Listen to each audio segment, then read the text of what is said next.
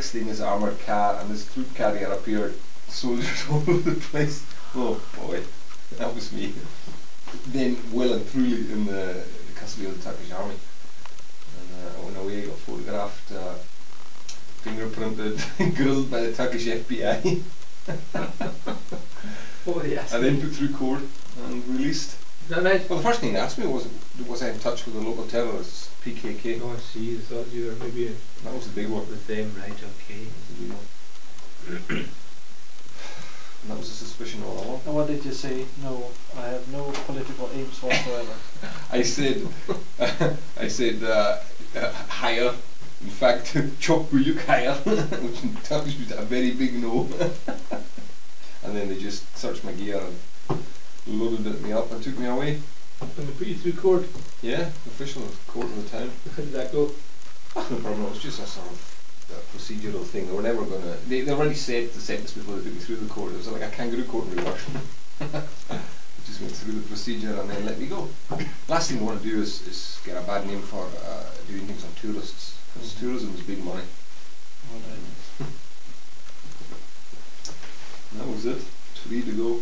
If it had if they had decided to be nasty, they could have taken you somewhere and nobody might have known, been any the wiser. Well, that would have been difficult considering many witnesses. Yeah. Well, So what sort of, and the people who came with this guide, who were they? Just Europeans? They were actually Polish, that group. Polish Oh, climbers. So 15 they Polish. didn't help you either then? But they didn't know I was under arrest the whole period I was there. I was told by the fellow, don't let on you're under arrest. And I was really, when I was letting it slip, you know, they didn't understand why I was with them or not allowed to climb the mountain. So the next day they climbed the mountain, and they had a spare set of crampons. And he says, well, we got a spare set, why don't you come up? And I was asking the guy, listen, since I'm here, why don't you just let me climb? And he wouldn't. No. Because they thought you were in cahoots with the PKK. No, he was just spiteful. He was a selfish guy. They're not just looking for money, they're all looking for money. Corrupt. Yeah, exactly. If I ever offered him some dosh, he would have let me go. They're just corrupt guy. You're right there. But you could have given. Never had it in my head. Bribery doesn't come into my head. Somebody says no, that's it. I just think that the solution is no. Well, you could have said, I'll give you $5 or so. Yeah, that's right. What he said was, well, it would look bad for me if I've got you in custody just now. If I let you climb the mountain and you got hurt, so I'm not going to let you. You're just going to have to stay here in the camp. So you never got up to top of Ararat this time, apart from the 300 yards I away? wouldn't have gone up the top anyway. I was only wanting to go to the other place where the ark was, this Ararat anomaly. And it was 300 yards of easy walking, you know, it was a infuriating thing. And all that stopped me was this slope of ice that was, if you'd slipped, it looked like if you slipped on it you were never going to stop, and who knows what was over the edge when you fell, you know, maybe hundreds of feet of drop with rocks. I know, you cannot risk that. I actually climbed very high without crampons before that, and it was What a is definite. crampons? What is That's the spikes you put in your feet. Alright. Well, why did you not take them with you? Why did you leave them somewhere? I'll tell you why, because It's heavy. every time I've been up there before, there was snow. The crampons weren't essential, and when there's snow you can just walk in it, you don't slip. Crampons have to stop you slipping. You grip the ice, but this time it was just sheer ice like glass. And I was using it, all I had was a stick. It was a stick actually for beating off the dogs. And I was actually using that to stop me slipping. That's what I was using to get me so far. Got within 100 yards of the top like that until the ice got so solid and icy, even the stick wouldn't go into it. And if I had slipped in, there was a slide of ice for about 300 yards and then a huge drop into a cavern where you'd have been splattered. So it was pretty hairy. Yeah. Oh well. It was at rock falls all the time. But why, who do you have to pay to get it? Is there not sort of a local post office you can sort of? No. Well, I don't know how. Officially, you're meant to get government permission. But the truth of the matter is, Turkey's run in such a way that the army have a huge say, and they have the final say if you're going to get up that mountain or not. And even if you have government permission to climb, the army will turn around and say you're not getting up there. Well, why do you not go straight to the army? Said I. Yeah, exactly. But the army are going like this. Yeah, we'll let you up, but hand over the cash and we'll let you go. Aye, but if you hand it over for somebody else to give you a permit, it is the same thing. It's What's not the same thing. different? No, it's not the same thing. These guys are. You have to hire a guide to come up with you by law. Yeah. And you are actually hiring a guide. You're not paying for them. for the permission, except for their trouble to get you the permission. It's not a bribe, you're paying them to do a job. But it turns out a lot of the army guys have got their hands like this. Yeah, I'll give you permission, but give me a few quid.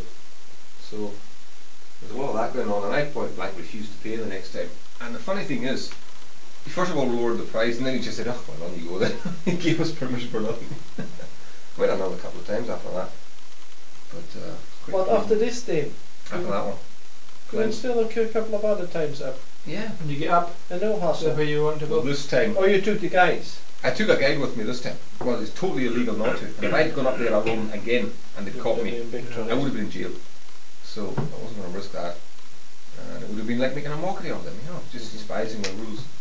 So I went up with this friend of mine with his gun. He doesn't like climbing that mountain without a gun. And the funny thing, there's a wee village just at they've got the highest village probably on the mountain. No, Tullybeaza is a big town. The wee village up high, and it's probably only got an inhabitant of about 40 people or so or less.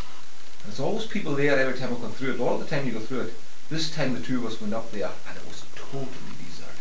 Aye, how's that? Totally, we didn't know at that point, but except for a dog that had been freshly killed, and it was really odd. This dog bleeding, dead, and not a soul around. What on earth has happened here? Turned out the soldiers had cleared the village out because they had been helping the terrorists. The PKK. Yeah, it's cleared them out, got them all down to the Donald. Right. And to us it was really weird, creepy stuff. It was only when we met a shepherd later on he told us basically what had happened. And somebody shot the dog because it was eating the pet rabbits, not the pet rabbits, but the rabbits they were keeping. It was very strange. And then the weather just turned against us. Couldn't climb. It got so foggy, and I'm not exaggerating, you couldn't see more than 10 yards. And who was this friend? The one you met the first time? It was Molly.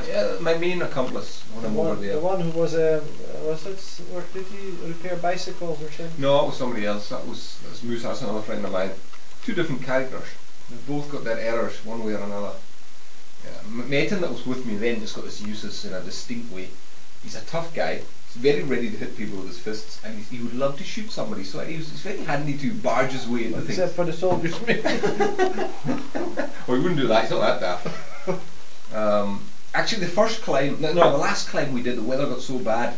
At day 3, 11,000 feet, he said, after a night out, he said, I'm going back down. This weather's not going to break, and it's only going to get worse. You better come too. And I said, no, I'm not hanging about. And this is my last chance. I'm going to wait and see what clears. And he headed off down, and he said that day, I found out later on, he went into a shepherd camp expecting to get normal hospitality, like you normally do. And instead they started getting a bit aggressive with him and demanding money and food. And he was saying, well, I haven't got any money, and I give all the rest of the food to the fellow that's still up there. And they were still being aggressive with him. And he says, are you going to kill me then? Because they had a shotgun with him. And apparently one of the shepherds said